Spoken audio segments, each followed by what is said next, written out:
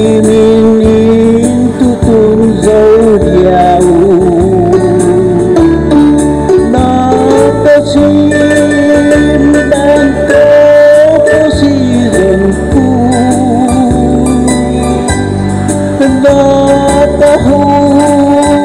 Natahuli hakadaw Ay Mary ay ginabaan ko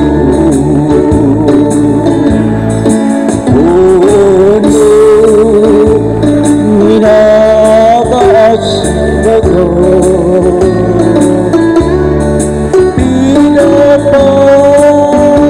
Pinapabaday hadamin mo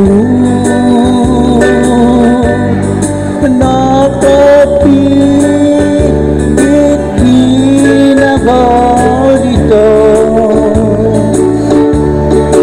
ay Mary ay kaginabaan ko Nabihaw piginaban dito Nasutan ko kaposisan mo Tanak tosuaw kahudot ito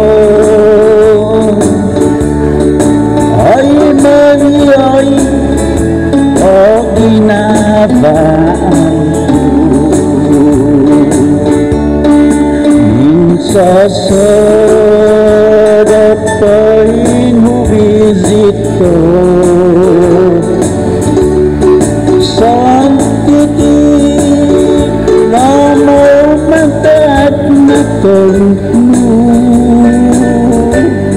Siyaw ka na ang siyaw zona Ay Mary ay ginabaan ko